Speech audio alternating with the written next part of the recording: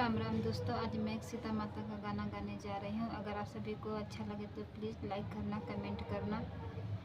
सीता बियहि लई गए राम, जनकपुरनी को न लागे। सीता बियहि लई गए राम, जनकपुरनी को न लागे। मचिया बैठी उनके मम्मी जे रोवे, मचिया बैठी उनके मम्मी जे रोवे। तुम बेटी रह तू कुंवारे, जनकपुरनी को न लाग। तुम बेटी रह तू कुंवारे, जनकपुरनी को न लाग।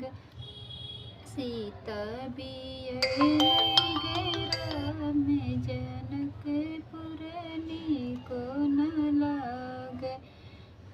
मंगना बैठी उनके चाची जे रोवे, अंगना बैठी उनके चाची जे रोवे।